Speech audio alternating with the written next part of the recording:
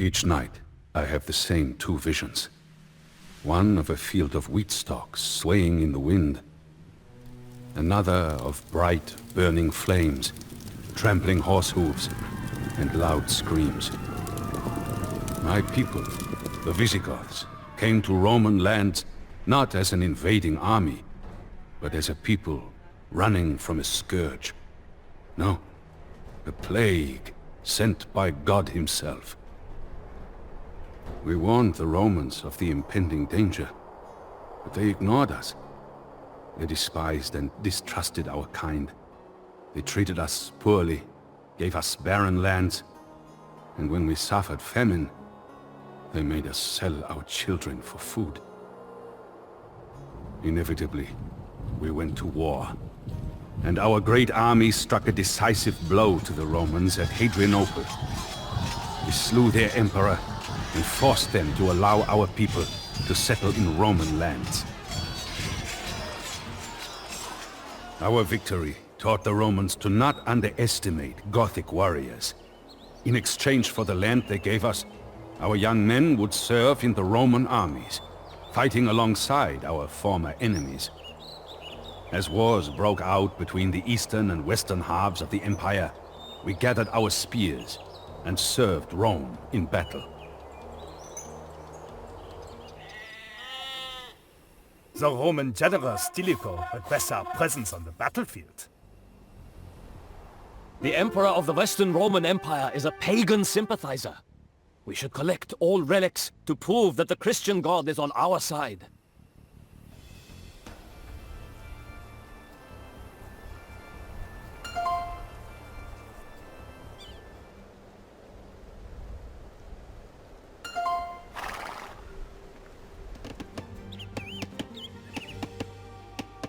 We have collected all of the relics. Our men are eager to go into battle. Western Roman soldiers have been spotted to the south.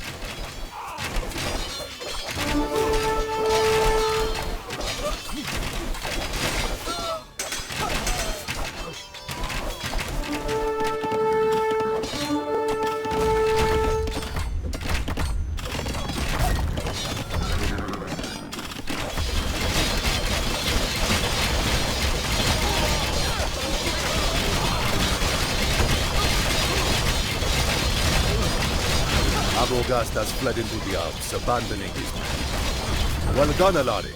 I knew that I could count on you.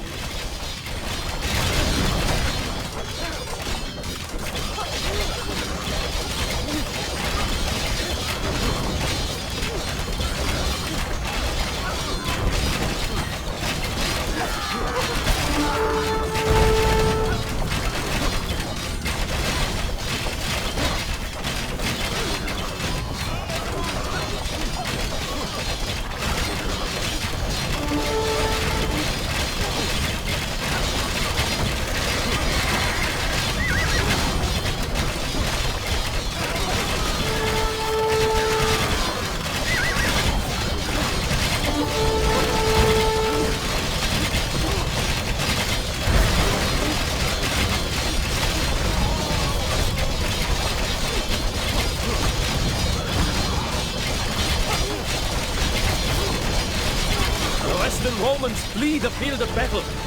We have triumphed! The dead bodies of young Goth warriors littered the flanks of the Julian Alps. For all the blood we shed, the Romans did not give us even a crumb of gratitude.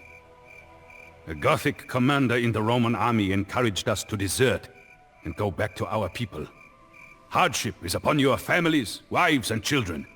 And your people need your help now more than ever, he said. Few had heard of Alaric, this Gothic commander, but he managed to gain a strong reputation during his service in the Roman army. He was a tall man, with a voice that could silence a crowd. When Alaric spoke, all heads turned in his direction, and his eyes flickered with an inextinguishable fire.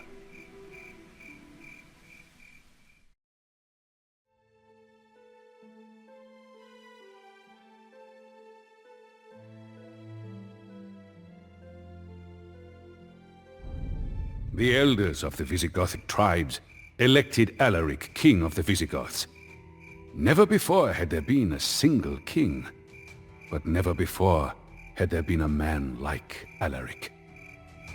We were drawn into another war with Rome. The Romans had failed to fulfill their promises of lands for our families, and Alaric was determined to force them to remember their promises. He marched our army south into Greece. The days the Romans ignored the Visigoths are over, he declared. We will set fire to Hellas! Greece has many rich cities to plunder. We should take as much as we can carry and leave before the Romans can field an army.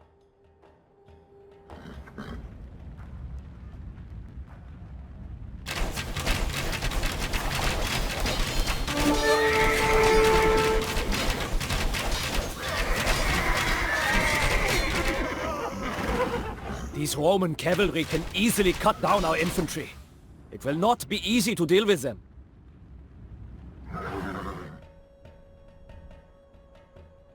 We have found Roman technology in these ruins.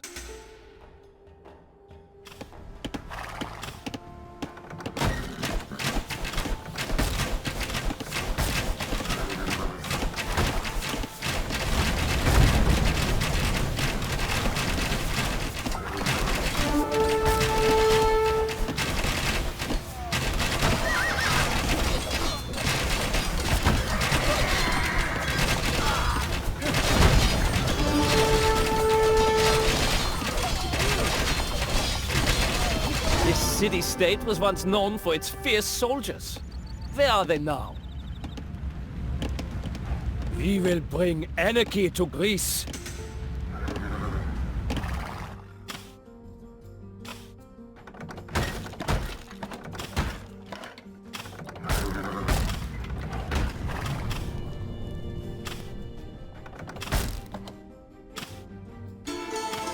Barbarians are within our city walls. Where are the Romans to protect us?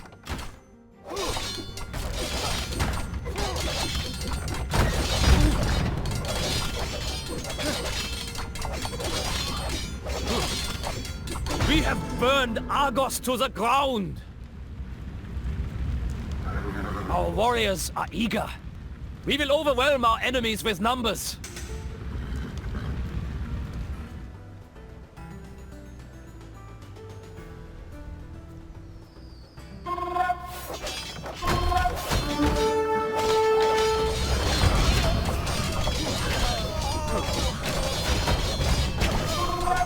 The riches of this city will fill our coffers for years to come. These Goths do not know when to stop. Will there be no end to our misery? If we destroy the towers defending those markets near Corinth, their merchants will generate gold for us.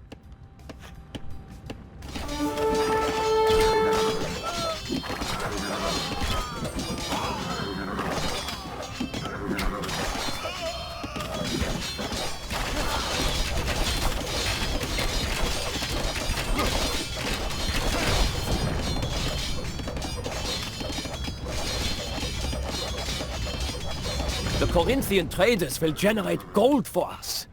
Ha! How I adore Roman gold.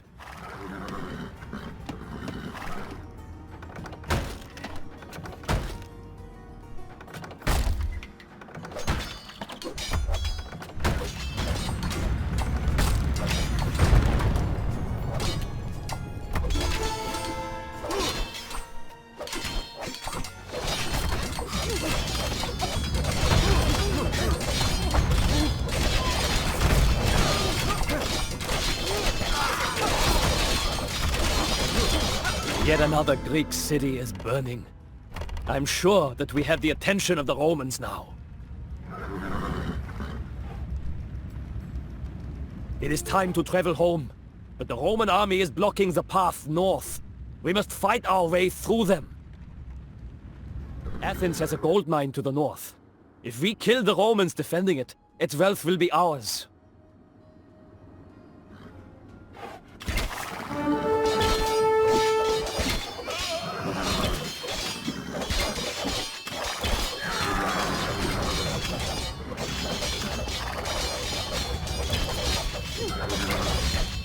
Have you ever seen anything as shiny as pure gold?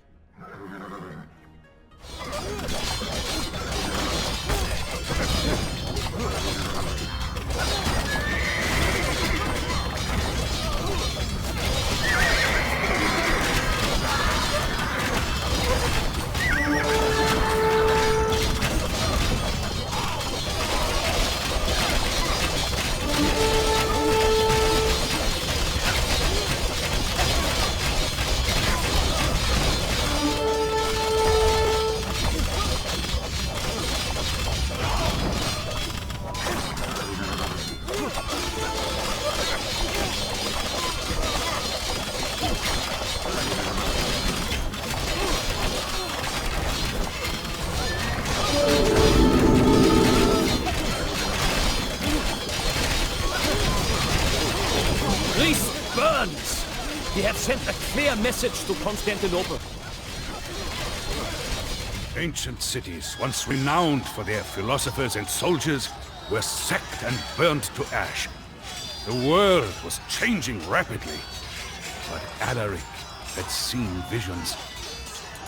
Despite our victories, the Eastern Romans still refused to meet our envoys. Instead, we turned west. The half-Vandal general Stilicho was the driving power behind the Western Roman Empire. He knew Alaric from when our king served the Romans. We hoped Stilicho would be more willing to negotiate.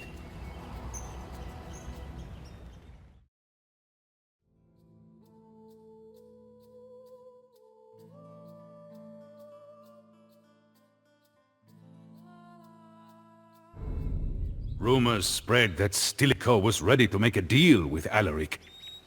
Our hopes were raised. But as weeks passed with no news, we knew that more Gothic blood would have to be shed. The Romans resented Stilicho for making a pact with barbarians. When parts of the Western Roman Empire were overrun by usurpers and foreign invaders, they blamed Stilicho. He soon learned the hefty price of Roman politics. They declared him an enemy of the state and had him executed. In a frenzy of hate, the Romans followed Stilicho's execution by murdering all soldiers of Germanic descent. Then, in another rush of blind rage, they turned on the families of those soldiers and murdered them too. The survivors flocked to Alaric, begging him to raise his army and march with them into Italy to exact vengeance. Alaric coldly answered them, "The Romans have never known fear, but that will change."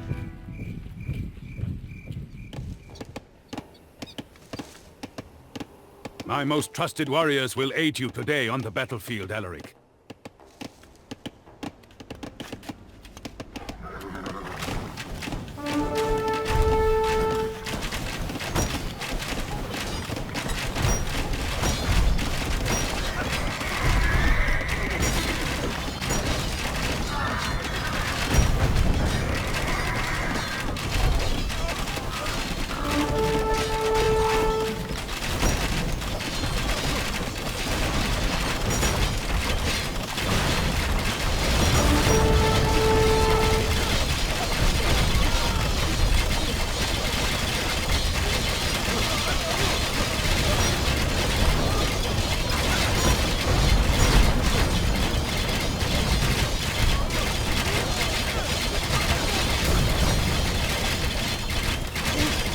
Cremona lies in ashes. Death to the Romans.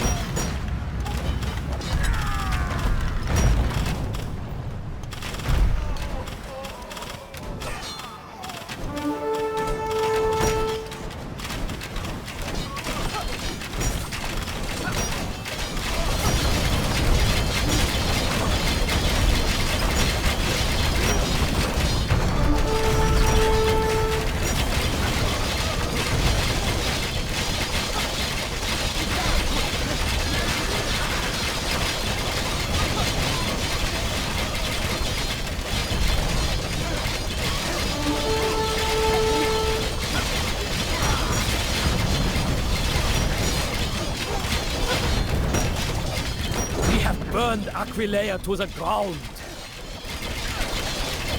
Our most esteemed Emperor is ready to grant you an audience.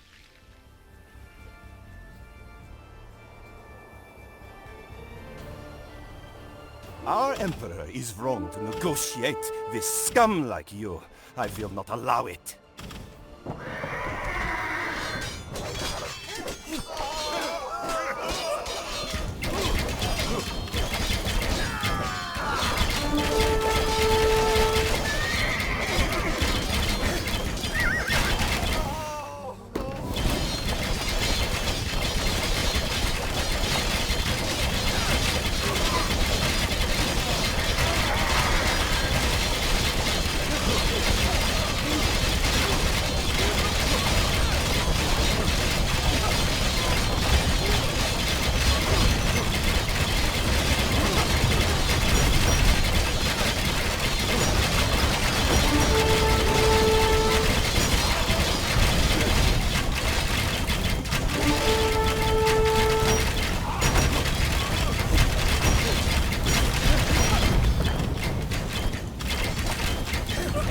How many times do these Romans think that they can fool us?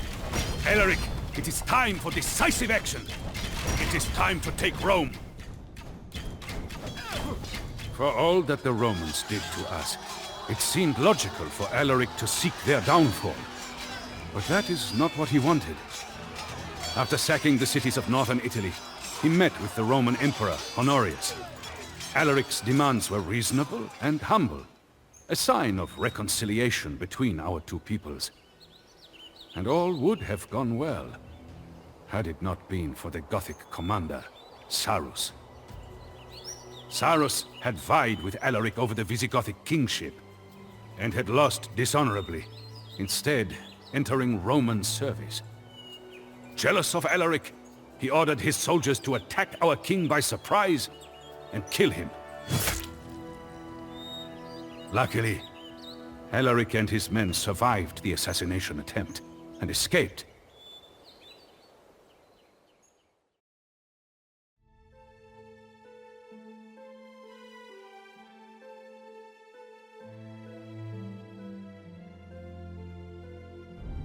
Never had I seen Alaric lose his temper, but Sarus' betrayal infuriated him. He ordered me, his brother-in-law, to commence the siege of Rome. The walls of Rome were huge and had not been breached since Brennus and his Gauls. However, years of decline had weakened the city, and its walls were badly in need of repairs. Inciting the men to battle, Alaric vowed, "If the Romans want fire and steel, it is fire and steel that we will give them."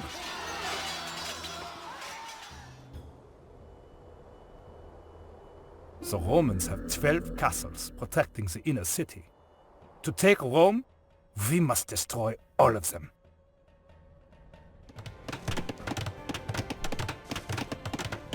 Our allies are ready to storm the Roman walls. All that they await is a message from our scouts. Assail the walls, man! Alaric is here!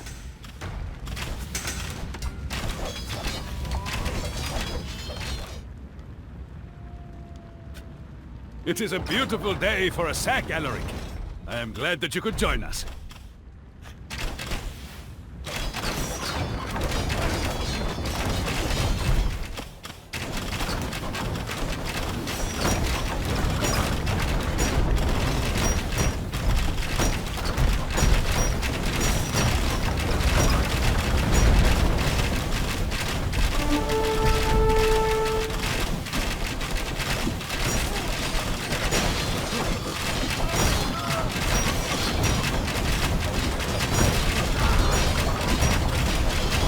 Become of this once mighty city.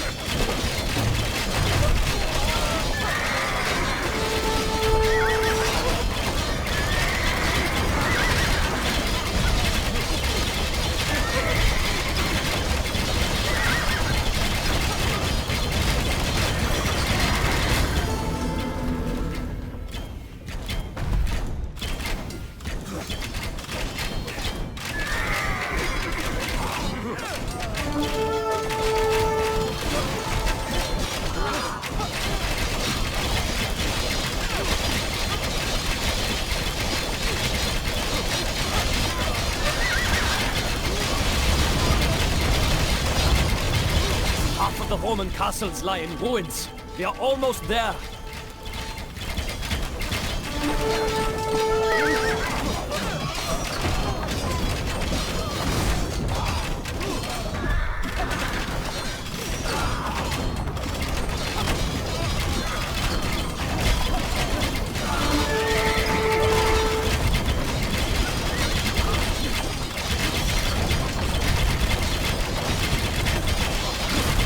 One more castle and the city is ours.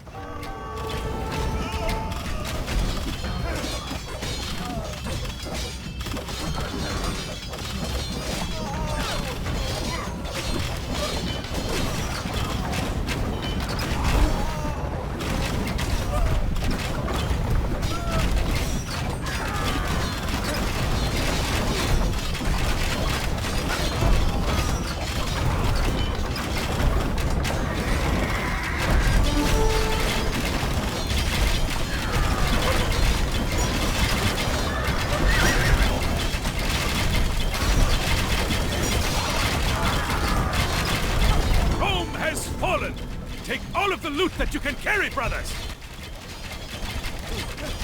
During the long weeks spent besieging Rome, Alaric's calm nature returned. He issued an order to the warriors to spare the city when conquered. In his heart, he could not find the will to destroy the empire he had served, though it had betrayed him one too many times. Our brave soldiers breached the walls, and the defenses quickly crumbled before the weight of Visigothic men rushing into the breaches. Our men looted the city for days. We stripped statues and monuments of their gold, and loaded carts with so many precious goods that the wheels were close to breaking.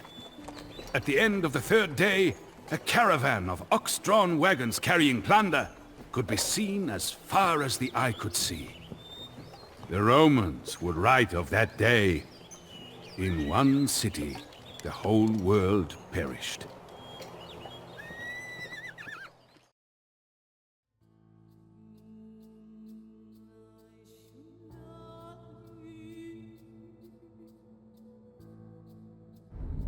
With Roman treachery repaid, Alaric looked to the future of our people.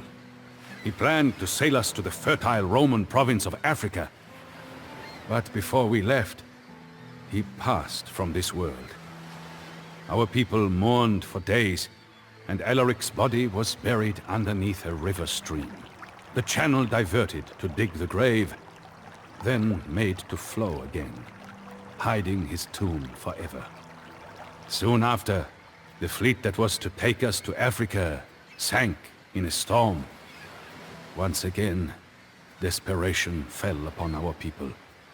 It was at that moment of despair that I, as the dead king's brother-in-law, spoke.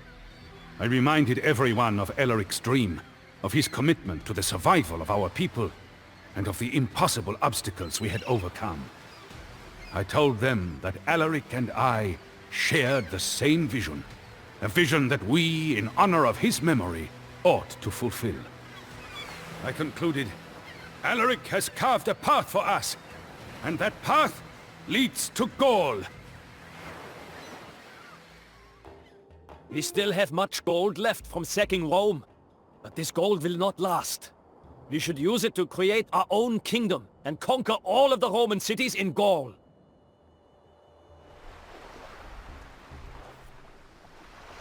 Get out of Italy, you savages! You can use these transport ships to cross the Rhone, but never come back!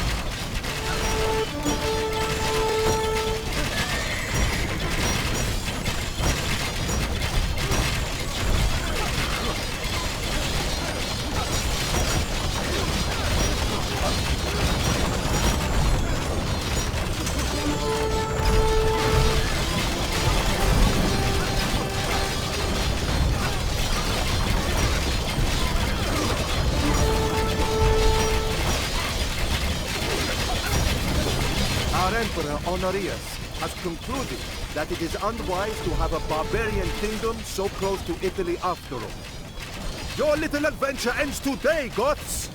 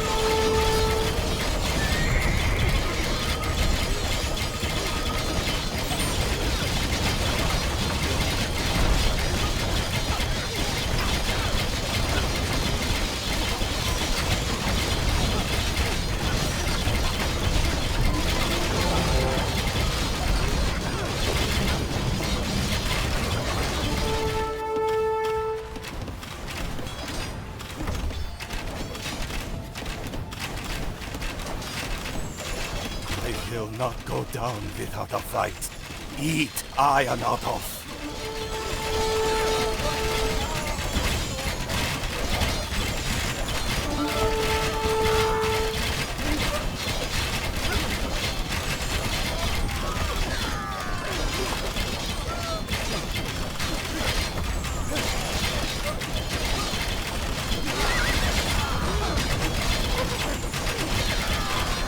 I die for the Empire.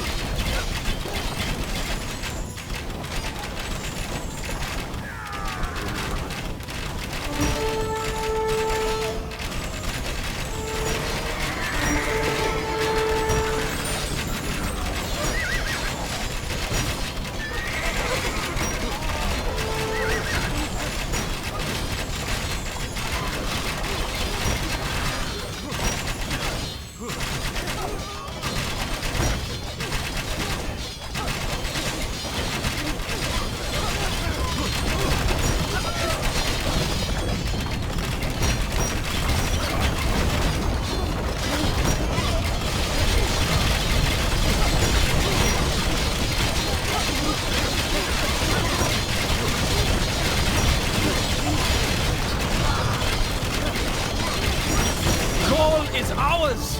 The Goths now have a land to call their own. Each night, I have the same two visions.